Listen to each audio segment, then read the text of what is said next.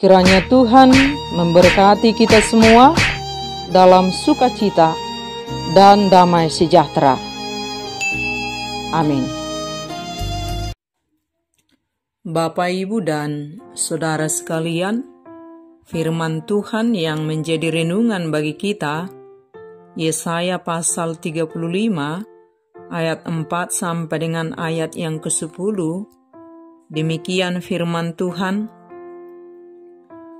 Katakanlah kepada orang-orang yang tawar hati, kuatkanlah hati, janganlah takut.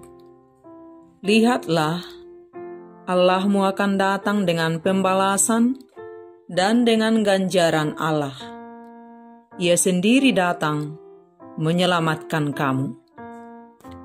Pada waktu itu, mata orang-orang buta akan dicelikkan dan telinga orang-orang tuli akan dibuka. Pada waktu itu orang lumpuh akan melompat seperti rusa, dan mulut orang bisu akan bersorak-sorai. Sebab mata air memancar di padang gurun, dan sungai di padang belantara. Tanah pasir yang hangat akan menjadi kolam, dan tanah kersang menjadi sumber-sumber air. Di tempat serigala berbaring akan tumbuh tebu dan pandan. Di situ akan ada jalan raya yang akan disebutkan jalan kudus. Orang yang tidak tahir tidak akan melintasinya, dan orang-orang pandir tidak akan mengembara di atasnya. Di situ tidak akan ada singa, binatang buas tidak akan menjalaninya, dan tidak akan terdapat di sana. Orang-orang yang diselamatkan akan berjalan di situ, dan orang-orang yang dibebaskan Tuhan akan pulang dan masuk ke Sion dengan bersorak-sorai.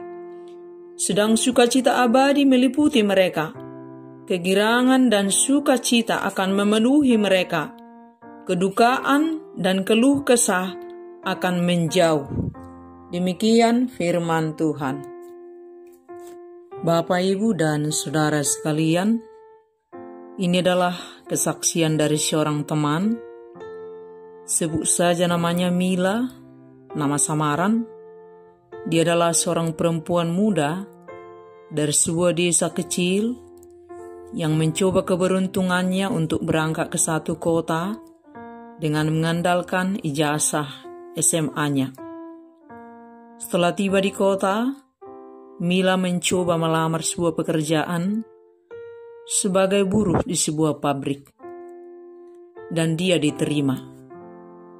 Setelah 1 bulan bekerja dan mendapat gaji, dari hasil gaji pertamanya, Mila mencoba jualan online secara kecil-kecilan di Facebook, bekerja sambil kerja, sambil jualan.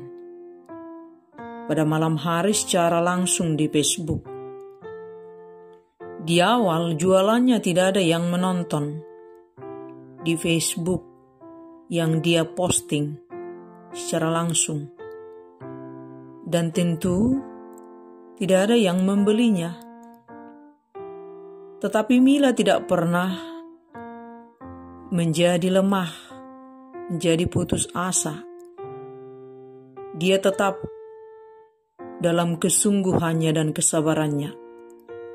Dan dengan sikapnya yang selalu ramah dan rendah hati, setiap dia berjualan secara langsung di Facebook, usahanya mulai dilirik oleh para pembeli, para teman-temannya. Jualannya mulai laris manis dan semakin maju dan terus berkembang. Dan tidak sampai berjalan 2 tahun, Mila sudah memiliki toko sendiri yang lumayan besar. Dan usahanya benar-benar pesat dan maju. Tetapi belum lama Mila menikmati hasil kerja kerasnya, tokonya mengalami musibah kebakaran. Semua terbakar tanpa sisa. Dalam keterpurukannya, dalam kejatuhannya, Mila mulai putus asa. Dia menjadi tawar hati dan takut untuk memulai lagi. Dan Mila larut dalam kesedihannya dan menjadi kehilangan harapan. Dalam keterpurukannya, dari sisa kekuatannya, Mila mencoba datang kepada Tuhan, menangis di kaki Tuhan. Dan setelah dia berdoa, dia merasakan mendapatkan kekuatan baru dari Tuhan. Dia mulai ikhlas menerima keterpurukan yang dia alami. Dan dia mulai belajar bangkit kembali. Mila yang dulu, yang punya semangat tinggi, telah kembali. Dia mulai lagi usahanya dari nol. Walau tidak mudah, tetapi dengan berpengharapan kepada Tuhan, Mila menjalankan usahanya kembali. Mila sangat percaya dengan pertolongan Tuhan, bukan hanya satu toko diberikan, tetapi bersama Tuhan, 5 roti dan 2 ikan bisa memberi 5.000 orang makan dengan sisa 12 bakul. Mila percaya jika di awal bersama Tuhan, dia mendirikan satu toko, bahwa pada masa depan bersama Tuhan juga, Tuhan akan izinkan dia memiliki bukan hanya satu toko. Mila berjalan bersama Tuhan, menjalankan usahanya. Dan tidak sampai 4 tahun, tokonya telah berdiri 5 toko. Mila mengakui itu semua atas kuasa Tuhan, karena dia percaya bahwa di balik keterpurukan yang dia alami, Tuhan telah membungkus hadiah yang terindah bagi hidupnya. Asalkan kita tidak menjadi putus asa, tidak menjadi tawar hati, tetapi tetap percaya kepada pemeliharaan Tuhan, tetap percaya dan berpengharapan, selalu ada jalan bersama dengan Tuhan. Selalu ada masa depan bersama dengan Tuhan. Maka semua itu boleh terjadi bagi setiap orang yang sungguh-sungguh hidup dalam pemeliharaan Tuhan. Bapak, Ibu, dan saudara sekalian, apapun persoalan hidup yang sedang kita alami, sesulit apapun, jangan pernah berkecil hati. Jangan menjadi tawar hati. Jangan menjadi putus asa. Jangan menjadi kecewa. Sebab itu akan melemahkan kita. Di awal, boleh saja kita takut menghadapinya. Boleh saja kita merasa lemah. Tetapi jangan mau berdiri dalam kelemahan dan dalam ketakutan itu. Tetapi akhiri rasa takut kita itu, kelemahan kita itu, dengan tetap percaya kepada Tuhan. Miliki iman seperti biji sesawi, cepat berubah. Jangan bertahan dalam kelemahan dan ketakutan kita. Dengan tetap hidup beriman kepada Tuhan, katakan pada diri kita, di dalam doa kita kepada Tuhan, aku takut Tuhan, aku lemah Tuhan, aku tidak mampu Tuhan, tetapi bersama Engkau, aku yakin, aku pasti kuat, aku pasti bisa melewatinya, aku pasti bangkit. Sebab dalam kelemahan-kelemahan kitalah sesungguhnya Tuhan datang memberi kekuatan kepada kita, supaya kita sungguh-sungguh mengakui kuasa dan pertolongan Tuhan nyata dalam kehidupan kita. Dan dalam segala hal, perkara apapun yang sedang kita alami, yang boleh saja membuat kita takut, yang boleh saja membuat kita tawar hati, selalu ingat ini: untuk duduk diam di kaki Tuhan. Dan kita lakukan itu sebelum kita memikirkan solusinya, sebelum kita curhat kepada orang lain. Pegangan terkuat dan terdekat yang kita punya dalam setiap pergumulan-pergumulan kita adalah kita punya Tuhan yang maha luar biasa, yang selalu ada untuk kita 24 jam satu hari, kapanpun, dimanapun, apapun persoalan yang sedang kita alami. Dia selalu ada bersama-sama dengan kita. Dia adalah pemberi solusi terbaik dan tidak pernah keliru dan tidak pernah gagal.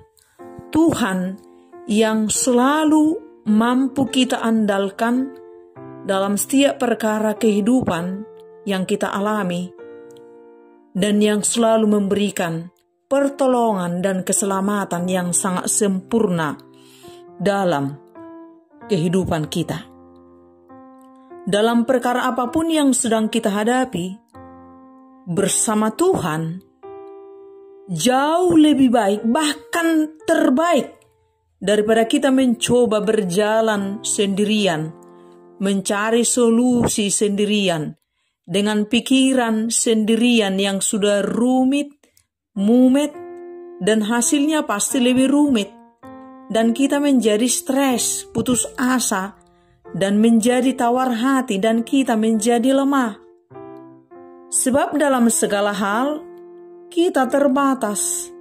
Kekuatan kita terbatas, pengetahuan kita terbatas, pandangan kita pada kehidupan masa depan terbatas. Dalam badai-badai kecil, kita bisa saja melewatinya sendirian, dengan kekuatan kita, dengan pikiran kita, dengan mudah. Tetapi bagaimana saat badai yang besar menerjang kehidupan kita?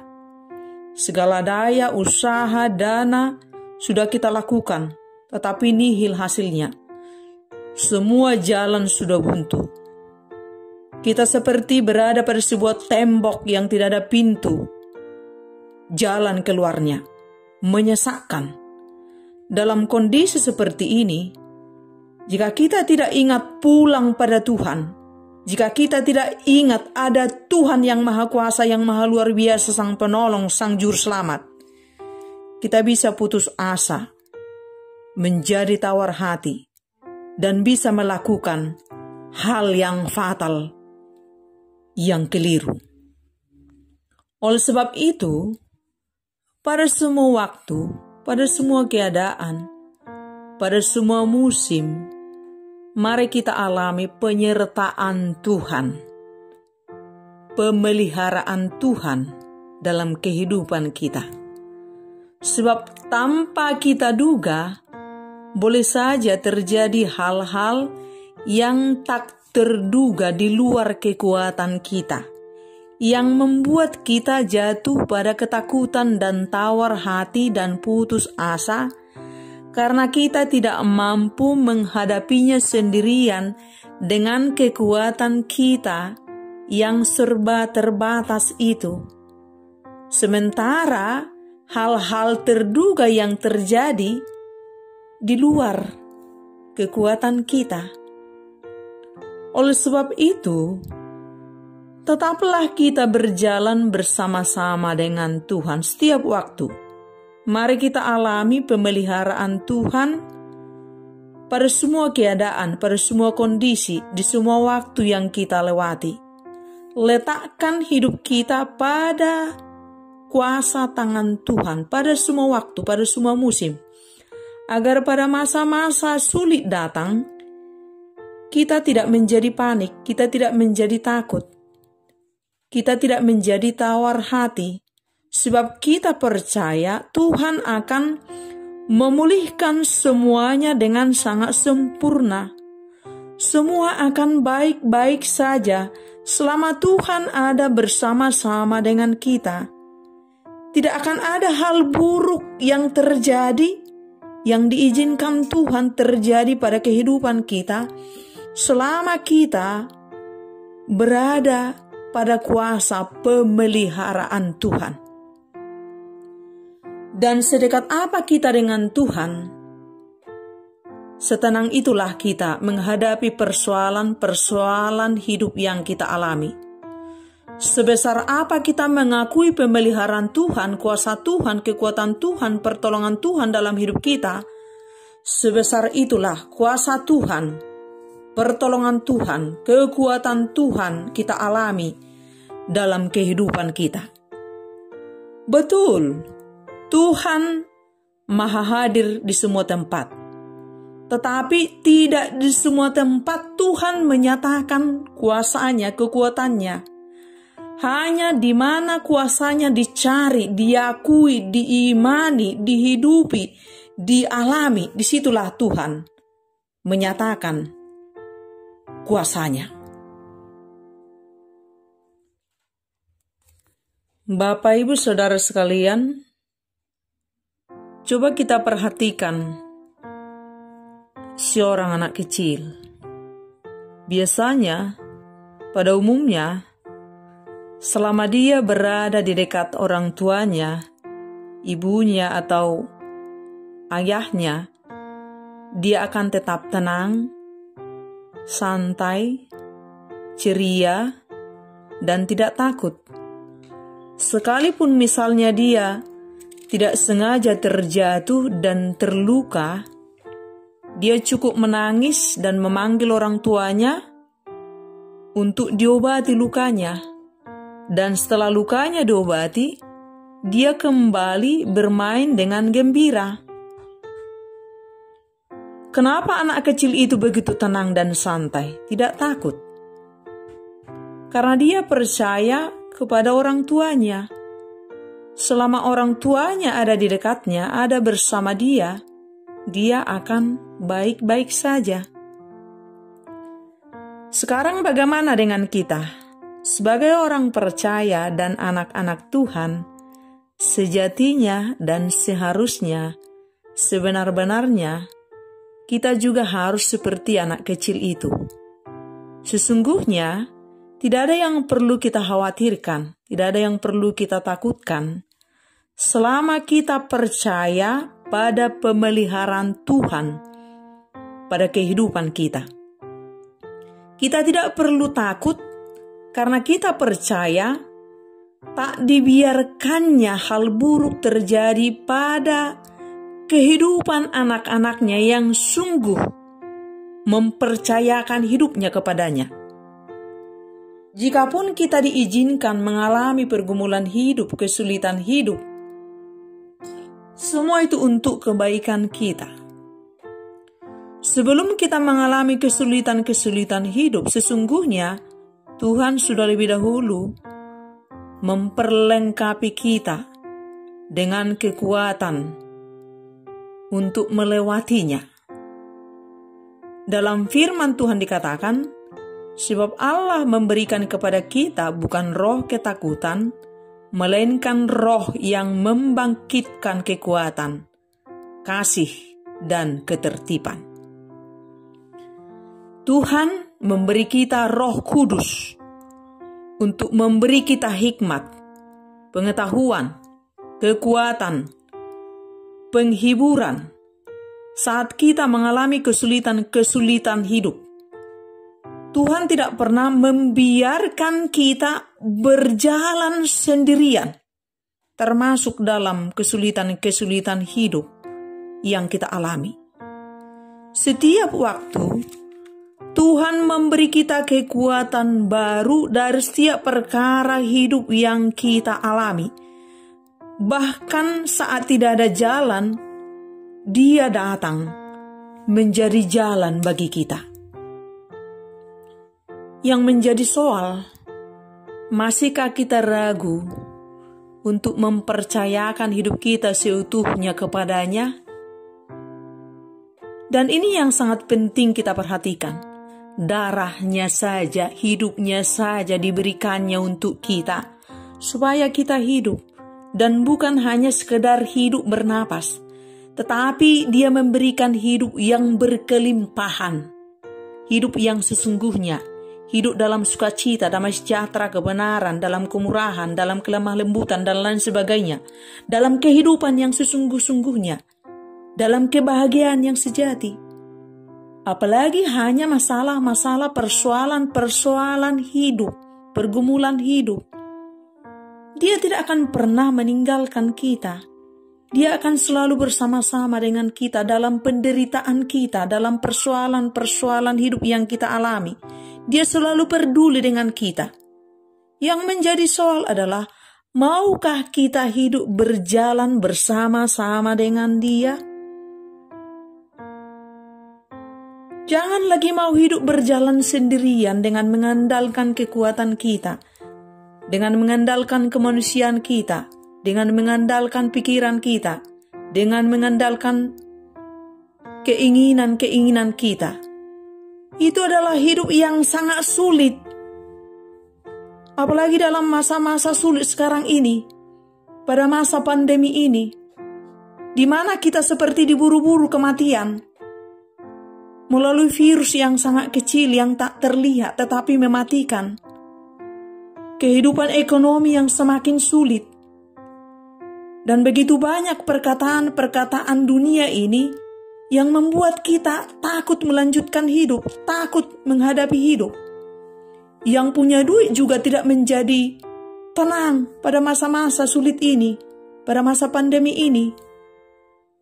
Dan ini saatnya kita menyadari bahwa kita sungguh butuh Tuhan dalam kehidupan kita di dunia ini. Ini saatnya kita kembali kepada Tuhan. Sebab Dialah sesungguhnya tujuan hidup kita. Tanpa Dia kita tidak bisa berbuat apa-apa. Tanpa Dia kita tidak menjadi apa-apa. Dialah benteng kekuatan kita. Hanya di dalam Dia kita menjadi aman dan tenang. Dan hanya melalui hidup di dalam iman, kita menjadi aman dan tenang. Saat kita merasa aman, imun kita menjadi kuat. Dan itu yang sangat kita butuhkan pada masa-masa sulit ini. Tidak cukup hanya melalui makanan 4 sehat 5 sempurna dan vitamin-vitamin yang lain. Tapi sangat penting supaya menjaga kesehatan rohani kita, iman kita di dalam Tuhan. Hanya dekat Allah saja aku tenang. Hari-hari ini, sedikit saja kita stres, imun kita pasti menjadi lemah. Dan kita menjadi mudah jatuh sakit. Dan ini saatnya kita hidup mengandalkan iman kita kepada Tuhan.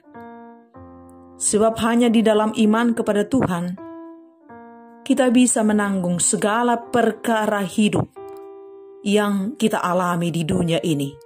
Dalam firman Tuhan dikatakan, segala perkara dapat kutanggung di dalam Dia yang memberi kekuatan kepadaku.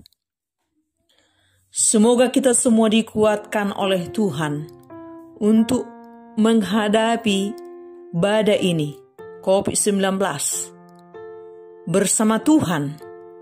Di dalam Tuhan, badai pasti berlalu.